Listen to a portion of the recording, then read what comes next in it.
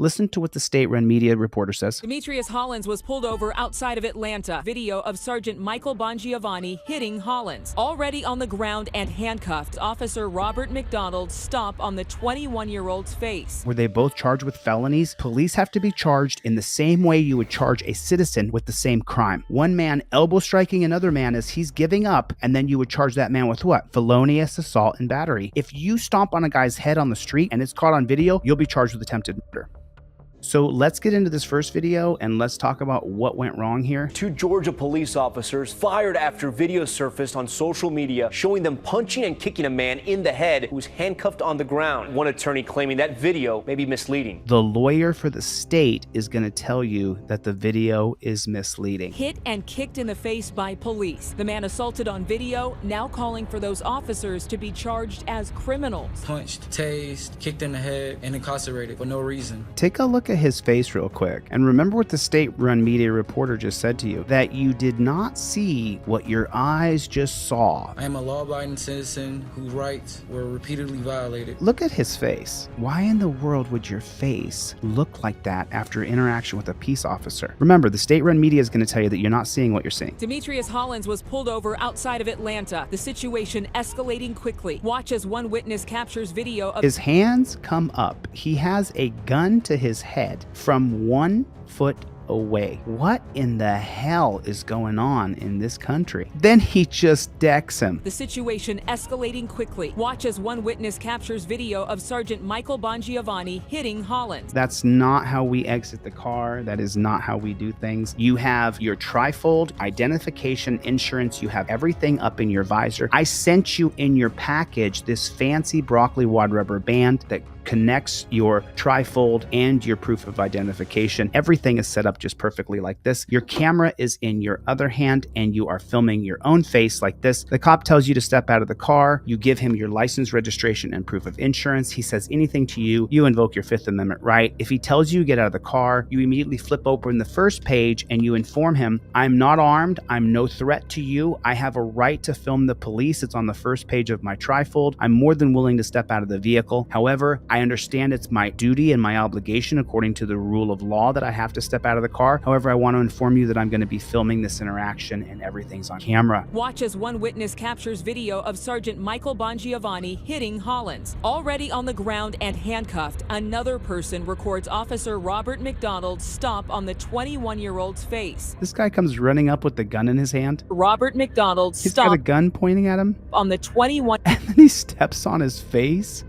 Face. Make no mistake, what they did was a crime. Bongiovanni's lawyer saying this video is misleading. Rather than a punch, it shows a shoulder strike and is in line with police protocol to get Hollins to comply for a search for weapons. Listen to what the state-run media reporter says. Rather than a punch, it shows a shoulder strike and is in line with police protocol to get... Oh, so that means the policy, procedure, and protocol is the problem. Well, who in the world could change the policy, procedure, and protocol? Could it be, I don't know, the governor maybe? The governor could come in and say that your policy, procedure, and protocol is not in line with a free America. Rather than a punch, it shows a shoulder strike and it doesn't show a shoulder strike, it shows an elbow strike. Is in line with police protocol to get Hollins to comply for a search for weapons. The man came out of the car with both of his hands. Take a look. Both of his hands are up in the air and he does a elbow strike to comply. The pig is following the policy, procedure, and protocol that they wrote up. Listen to the state-run media reporter not saying, well, look, he was complying. Why doesn't she say that? Bongiovanni's lawyer saying this video is misleading. Rather than a punch, it shows a shoulder strike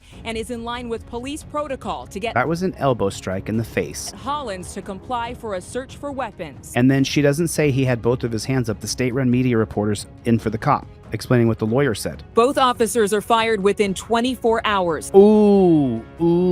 It doesn't matter if they got fired. Were they charged with assault for stomping on the man's head, for elbowing him with both of his hands up? When I'm governor, there'll be a statute that says police have to be charged in the same way you would charge a citizen with the same crime. That means we get to look at the last 10 cases where you have on video one man elbow striking another man as he's giving up, and then you would charge that man with what? Felonious assault and battery. The man who ran up and struck him in the head as he was in torture torture cuffs, stomped at him. Felonious assault and battery with attempt to do great bodily harm, maybe even attempted murder. If you stomp on a guy's head on the street and it's caught on video, you'll be charged with attempted murder. That's a fact, especially if you're wearing a boot. But they got fired right away, so we're all supposed to be happy about that. This video is 6 years old. Cops have to be charged in the same way that citizens are charged for crimes caught on camera. Both of them were fired within 24 hours. Was their peace officer certificate stripped? No. So what do we know about the peace officer standards and training certificate? That they have up to 5 years to go and get reciprocity at another police department. Hey, we created a policy that we can elbow strike you in the face to comply for weapons search. Even though both hands are up in the air, they wrote a policy. And is in line with police protocol. It's in line with police protocol. Remember? What do we always talk about on this channel? We talk about policy, procedure, and protocol. So what do I teach you guys? I teach you to have your very rigid set of policy, procedure, and protocol. Your trifold goes up here. It goes in your broccoli wad rubber band. Your phone goes on your other side. Your door's locked. Your window's cracked. You're filming. That's the policy, procedure, and protocol that I teach you guys, that I've worked on for years to get this down, to get this trifold just like this, to get everything down just like this. Your arms go to a touchdown position. That's how your arms do it. Your arms go to a touchdown position. You see this arm elbow bend right there? Phone's at the top of it. There's the top of the goalpost. There's the other side of the goalpost. Now I've got a touchdown position. Copper can't say I was reaching. Copper can't say nada. I had my license, registration, proof of insurance ready to go along with a copy of my driver. I'm a black man today named Denzel Washington. I had everything ready to go for the jackboot thug pig.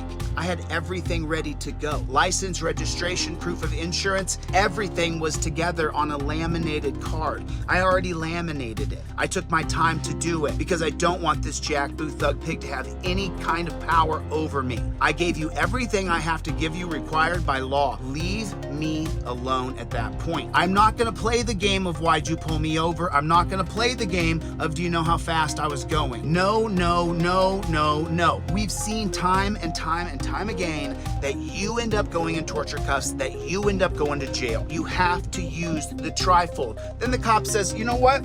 I want to search your car. And you say, okay, sure, you can search my car. And then you get out of the car. And then you turn around and you pull your trifold out and you say, you know what, I revoke consent. If I can give consent, then I can revoke consent. I revoke consent on camera. Now, from the 1914 case of Weeks called the exclusionary rule, he can no longer search. He has to stop searching. Anything he finds after the search, after you revoke consent, is no longer admissible in a court of law. If you have it on camera, doesn't matter what you have in your car after that point. You gave consent, he took your consent, used your consent, you revoked that consent, and then he searched your car anyway. It's now the exclusionary rule. No longer can he use it. Fruit of the Poisonous Tree from 1961, Matt versus Ohio.